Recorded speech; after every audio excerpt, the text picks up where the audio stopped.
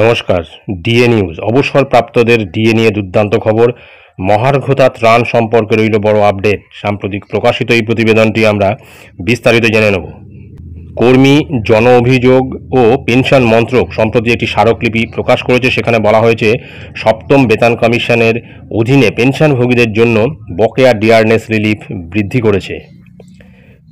কেন্দ্রীয় সরকার যখন সরকারি কর্মীদের জন্য মহার্ঘ ভাতা বৃদ্ধি করে, তখনই অবসরপ্রাপ্ত সরকারি কর্মীদের জন্য মহার্ঘ ত্রাণ বা ডিআর ঘোষণা করে। 1 জুলাই 2024 কেন্দ্রীয় সরকার সপ্তম বেতন কমিশনের অধীনে সরকারি কর্মীদের ডিএ বাড়িয়েছিল 50% থেকে 53% করা হয়েছিল। কেন্দ্রীয় সরকারের পেনশনভোগী একই সঙ্গে পিএসইউ ও স্বায়ত্তশাসিত সংস্থার অবসরপ্রাপ্ত কর্মীরা এই বর্ধিত ডিআর পেয়ে থাকেন। প্রতিপক্ষ পরিষেবার অধীনে অবসরপ্রাপ্ত কর্মীরাও এই অর্থ পেয়ে থাকেন।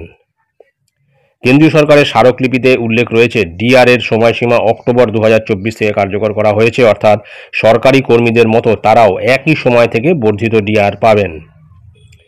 সুপ্রিম কোর্ট ও হাইকোর্টের অবসরপ্রাপ্ত বিচারপতিদের ক্ষেত্রে বিচার বিভাগ পৃথক আদেশ জারি করবে। অক্টোবর মাসেই কেন্দ্রীয় সরকারি কর্মীদের বর্ধিত হারে ডিএর কথা ঘোষণা করা হয়েছে। সপ্তম বেতন কমিশনের অধীনে এই ডিএ দেওয়া হচ্ছে।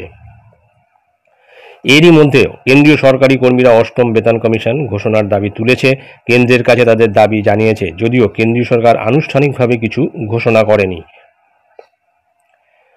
অষ্টম বেতন কমিশন কার্যকর হলে কেন্দ্রের সরকারি কর্মীদের বেতন 50,000-এর বেশি হওয়ার কথা।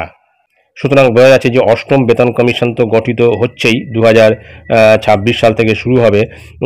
তার আগেই কিন্তু এই অবসরপ্রাপ্ত কর্মী যারা রয়েছেন তাদের কিন্তু ডিআর বাড়ানো হলো। অর্থাৎ ডিআর যে মহার্ঘ ত্রাণ যেটাকে বলা হচ্ছে সেটা কিন্তু বৃদ্ধি করা হলো। ডিএ যেহেতু বৃদ্ধি হয়েছে, তার পাশাপাশি সামঞ্জস্য রেখে এই ডিআর রিলিফও কিন্তু বাড়ানো হয়েছে।